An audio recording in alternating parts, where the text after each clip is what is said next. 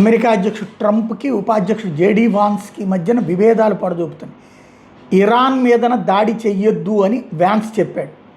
But Iran మీద దాడి చేయమని చెప్పేసి ఆదేశించాడు ట్రంప్.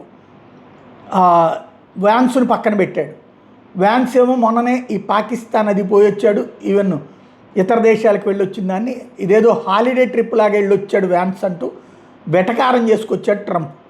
దాంతో ఇంకో పక్కన వ్యాన్స్ అమెరికా అధ్యక్షుడు ట్రంప్ను ఉద్దేశించి పరోక్షంగా అమెరికన్ ట్యాక్స్ పేయర్స్కి చెల్లించినటువంటి పన్ను ఫ్రాడ్కి ఉపయోగపడుతోంది, అమెరికాని కాపాడుకోవాల్సిన అవసరం ఉంది అన్నటువంటి వ్యాఖ్యలు చేసుకొచ్చాడు.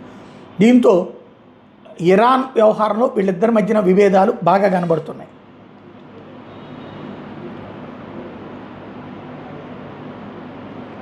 వ్యాన్స్ ఈ విషయాన్ని పదే పదే ప్రస్తావిస్తూ ఉండటం అన్నటువంటిది కీలకమైన అంశం అవుతుంది.